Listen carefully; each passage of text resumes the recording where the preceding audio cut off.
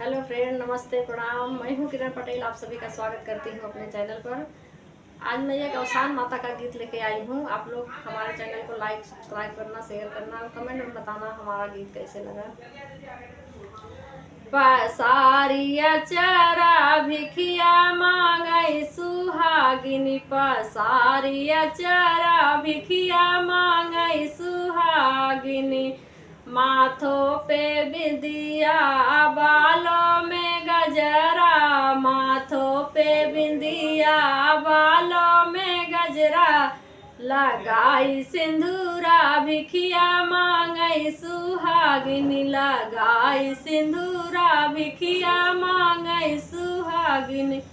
पसारिया चरा भिखिया मांगई सुहागिनी, पसारिया चरा भिखिया मांगई सुहागिनी।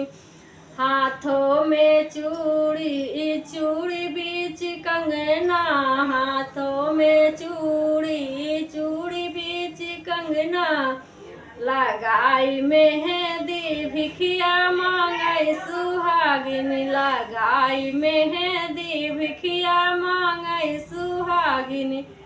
पसारिया चरा भिखिया मांगई सुहागिनी, पसारिया चरा भिखिया मांगई सुहागिनी।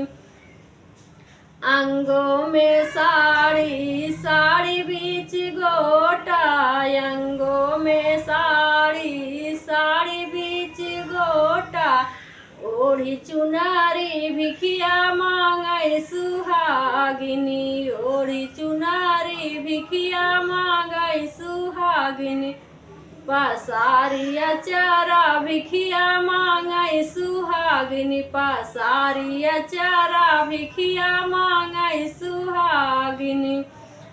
पैरों में पायल, पायल बीच घुंघरू, पैरों में पायल, पायल बीच घुंघरू, लगाई रंगना भिखिया मांगई सुहागिनी, लगाई रंगना भिखिया मांगई सुहागिनी।